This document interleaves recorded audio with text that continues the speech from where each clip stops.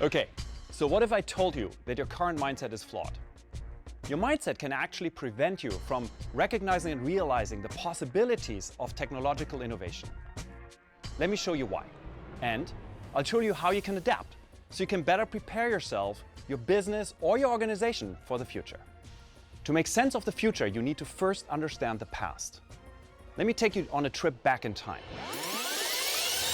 Behind me is a table of technology that you would probably be using in your business in the early 1990s. Phone, desktop computer, maybe more than one computer because you need a lot of memory.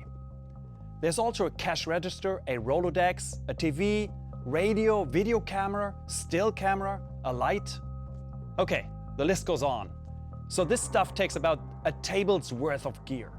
Today, I can do all of this just with this single device. Our goal in thinking exponentially is to be the ones who imagined the smartphone at a time when all of the technology it holds took up an entire table. The founders of SU, Peter Diamandis and Ray Kurzweil, have done a lot of work in this type of thinking, which is the mindset shift we want to help you achieve.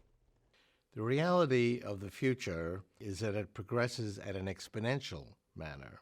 Now, what's the difference? A linear progression, that's our intuition about the future, that's hardwired in our brains, goes 1, 2, 3.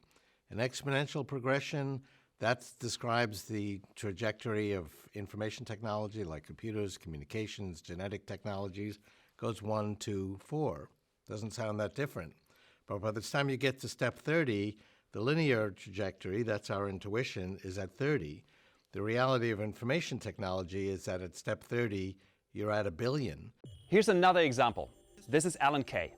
He might not be a household name to most people, but in Silicon Valley, he's truly a legend. In the early 1970s, he was one of the leading researchers at a legendary organization called Xerox PARC, now just called PARC. In 1971, he said, "The best way to predict the future is to invent it." I see this as a universal truth. If you want to create a particular future for yourself, your children, or the people you work with, the onus is on you to create this future. Otherwise, it will just happen to you.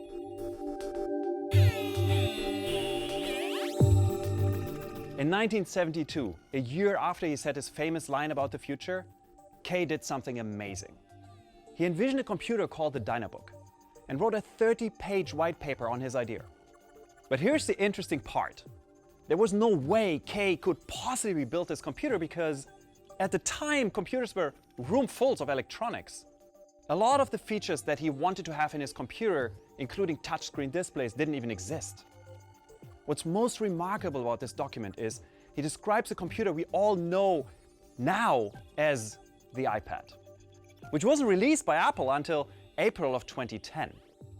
40 years ahead of his time, Alan Kay saw where the trends in computing were going. How? By looking at the past and extrapolating those trends out into the future.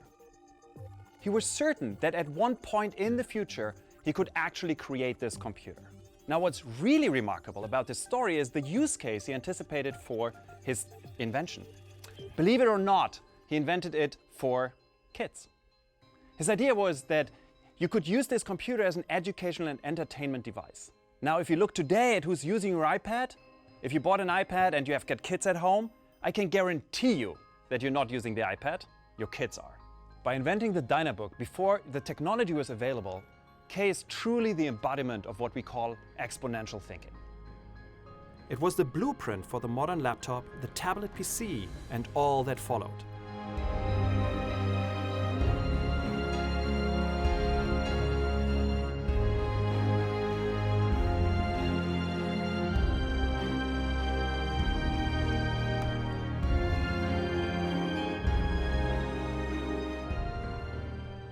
One of the challenges we have as humans is that we are local and linear thinkers. We evolved on the savannas of Africa hundreds of thousands and millions of years ago, and our brain, the wiring, the neurochemistry evolved in this local and linear scenario. The world was pretty constant, and nothing affected you that wasn't within a day's walk, and for that reason, we think in a local and linear fashion. But today, the world is global and exponential. Something doesn't change century to century or decade to decade. They change year to year. Things happening on the other side of the planet affect our markets, our businesses, our industries. In an exponential world, things are doubling year to year. So in 10 years, you're 1,000 times better. In 20 years, you're 1,000,000 times better. In 30 years, you're 1,000,000,000 times better. And our minds don't think in this exponential fashion. That's not the way they're wired. Linear thinking is a form of cognitive bias, essentially a stumbling block in our thinking that can cause us to make questionable decisions and come to really wrong conclusions. Cognitive bias can prevent us from acting in our very own best interest. An example of cognitive bias is the gambler's fallacy. If you've ever played poker or the slots, you've probably experienced what I'm talking about. The more bets we lose, the more we feel that we are due to a win, despite the fact that each new bet is independent of the ones we made before. What do? We keep gambling, and we keep losing money. The gambler's fallacy leads to poor decision making, just like linear thinking can. Linear thinking also makes it very difficult to predict future trends in technology and business. If you think linearly, and that is our intuition, then you're going to make incorrect predictions. Now, in a short period of time, a linear estimate might be pretty good, but you go out a long period of time, and a long period of time is not as long as it used to be. So, even a decade, you're talking about improving these technologies 1,000-fold, and that's not our intuition. Very fine. There you go. This is the reason why your smartphone has more computing power than the total computer power NASA had to put the man on the moon. Just think about it. All of NASA's computing power in 1969 is now in your pocket for less than $500.